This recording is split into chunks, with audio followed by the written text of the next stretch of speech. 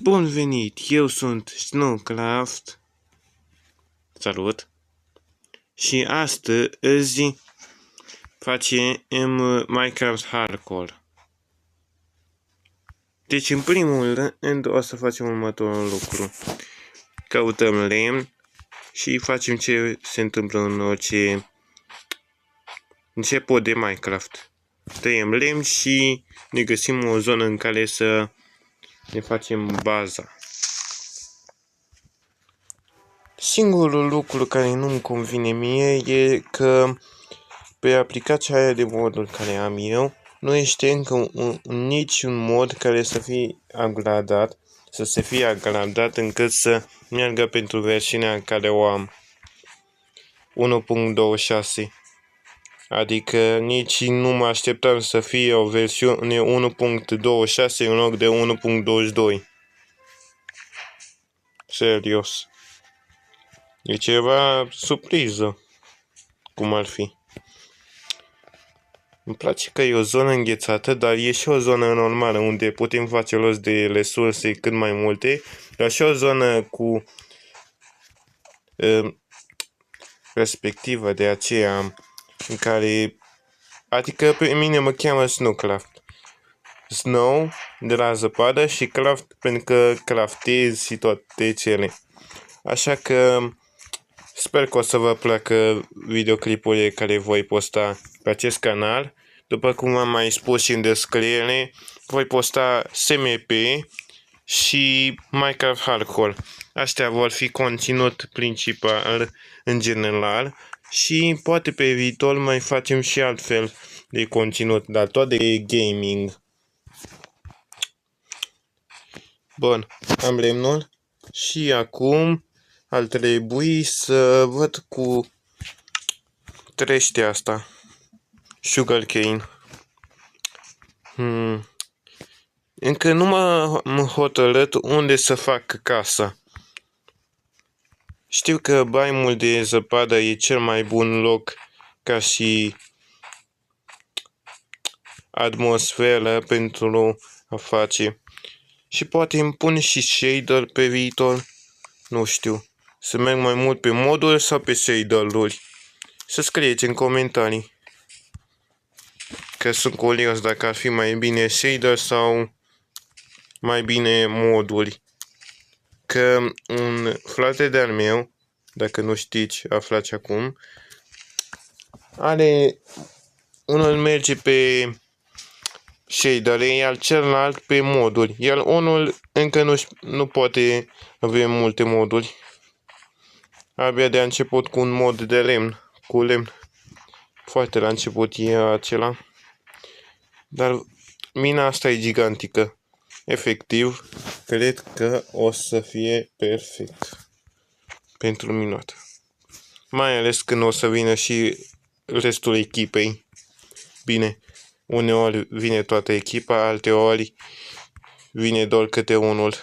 Deci, să nu vă așteptați să vină chiar toți frații mei deodată. Rareori se întâmplă să vină chiar toți.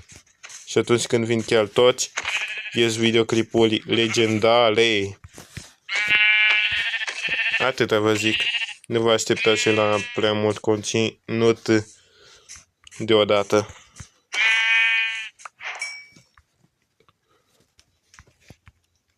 Tocmai era să cad aici, dar nu mai sunt păcălit de lucrul ăsta. Versiunile trecute, sigur, cădeam și muream imediat. Dar acum nu se mai întâmplă asta. De acum nu se mai întâmplă. Deloc. Aș fi tentat să mă duc, dar pare cam riscant. Merită să risc atâta. Mai se întunecă. Oricum trebuie să-mi fac rost de o zonă unde să stau și plus că și așa nu am niciun mod instalat. Pentru că deocamdată nu este mod care să am. Măi, dar va trebui să modific omenzile astea neapărat ca să pot să mă descurc pe aici. și să mai mă întâlnesc cu comenzile ca să mă obișnuiesc din nou, că așa trebuie să fac de fiecare dată când intru pe o altă versiune. Și oricum canalul e deja de o zi și n-am postat nimic în ziua respectivă. Măcar acum o să postez primul episod din Minecraft Hardcore și sâmbătă se deschide SMP-ul de Noob City. Am mai participat și în varianta 1 și 2, iar acum o să particip și în varianta 3. Plus că mai vine încă un cum se spune, SMP. Deci o să am ce posta. SMP-uri și acele episoade cu Minecraft Hardcore.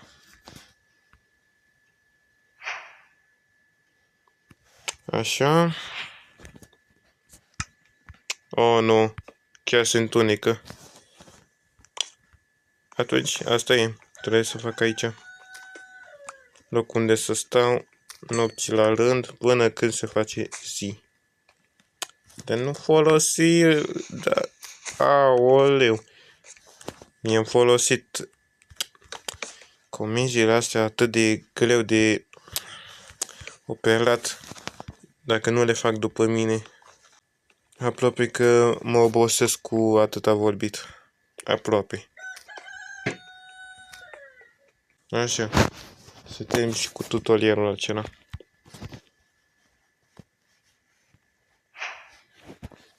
Bun. Îl pun asta aici. Și ar trebui să fie așa.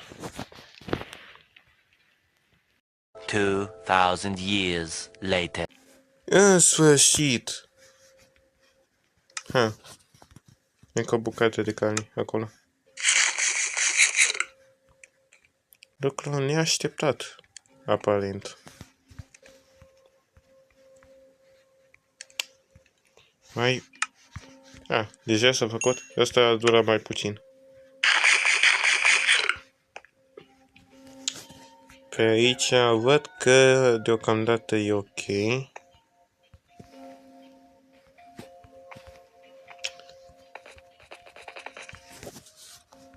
Spun că am făcut o parte. Acum sabie, topor și... Da, pickaxe n-am mai făcut. Pickaxe. Toate cele. De asta nu e tocmai necesar. Am învățat de pielea mea că nu e bine să-l faci prea devreme. Așa. Și acesta îl iau. Iau și furnalul. Și acum, ce să mai zic? Așteptam, măi, tatis. Am văzut pe aici o săgeată și mi-am dat seama că un zombie... Nu un zombie. Un schelet a venit pe aici. Și totuși o să fac asta.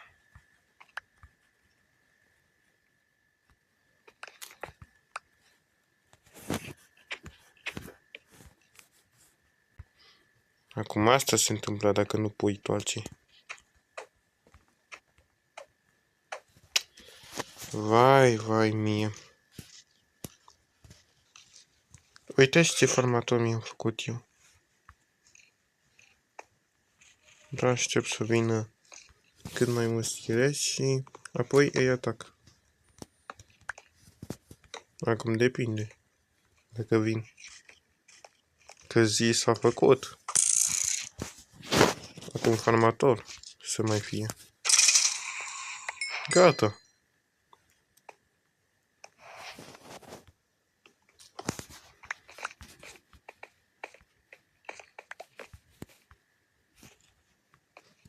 Bun. Acum o să treacă câteva Aoleu. Vai de mine, vai de mine. Hai să pornesc chestiunea de MLG, luptă, ce-o fi. Problema e comenzile astea. Măcar sunt mai atent.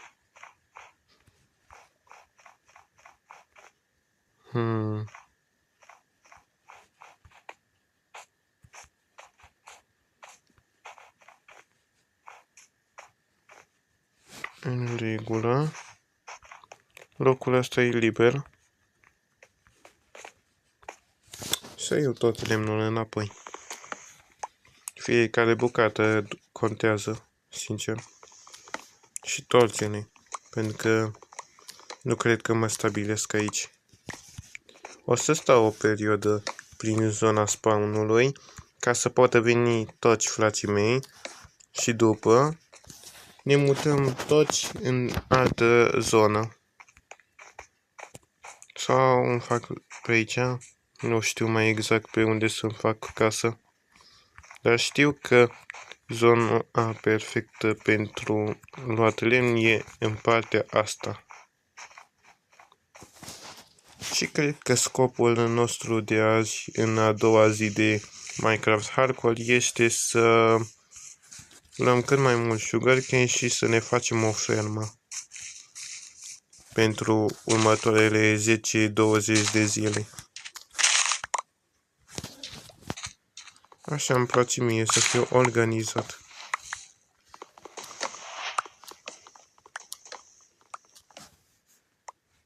Bun. Și acum iau lemn de asta.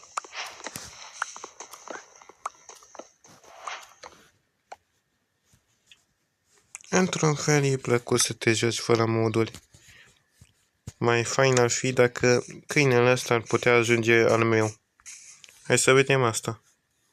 Din prima, în sfârșit, am norocul lui David. David m-a binecuvântat cu un câine. De parcă ar fi zeu. De parcă. Nu zic în mod direct. Zic în mod indirect. Că e frate de-al meu, gen, și îl cunosc de mult timp. Ceva de gen. Acum neapărat am nevoie de o casă. Cățelul ăsta nu-l pot lăsa afară. În fiecare secundă suntem pândiți de scheleți, zombi, clipări, mai ales clipări. Uneori chiar și păianjenii pot fi foarte greu de învins. Și un lucru care am aflat de la șorturile vechi al lui copil. Poți dormi sub apă în pat. Să dormi sub apă. Nu știu dacă e chiar adevărat, dar nu o să încerc asta chiar pe hardcore. O să încerc pe survival simplu. Și dacă vreți, o să fac videoclipul de genul ăla cu mituri, dacă mit e adevărat sau fals și de astea. Dar pentru versiunea 1.26 pe viitor, pentru că versiunea nu e de mult, deci miturile se vor forma, iar publicul va crește și pentru această versiune. Și îmi fac din câte tipuri? Din 3 tipuri de lemn îmi fac o casă mică. Ați mai văzut pe cineva făcând așa?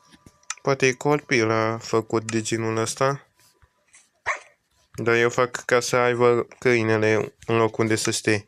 Deci atenție, nu e tocmai o casă de aia ultra frumosă, stilizată și de astea. E o casă pentru protecția câinelui. Îmi protejez câinele. După ce am 2, mai fac rost de încă câțiva. Și aceia câțiva vor veni cu mine. Iar 2 vor rămâne mereu în locul ăsta. Vor face cu schimbul. Uneori vor veni unii, cum ar fi, uneori vin 2, iar la următoarea zi vin alții 2. Cam așa aș face. Nu mă întrebați de ce. Așa vreau eu. Bun. Casa asta, cum să zic eu, e cam în construcție. În construcție este, da. Cred că aș putea măcar trepte să mai fac. Măcar atât. Nu. Se pare că fac slab. Asta e.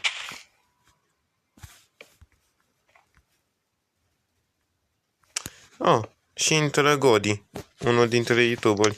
Înseamnă că va trebui să-l menționez. Măcar zombii obișnuiți nu pot intra aici. Godi e destul de departe, aparent. Chiar m-am dus departe de la spawn, se pare.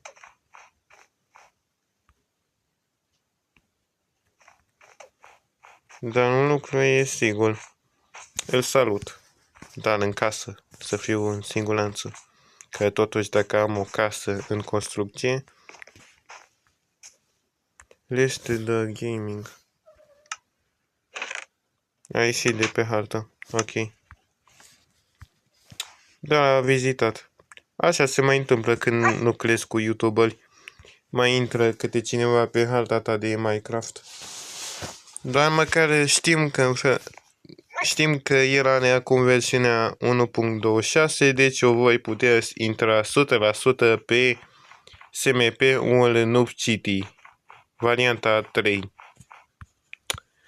Cam atât a fost videoclipul, sper că v-a plăcut și ne vedem data viitoare la un alt episod de Minecraft Hardcore și la primul episod de Noob City.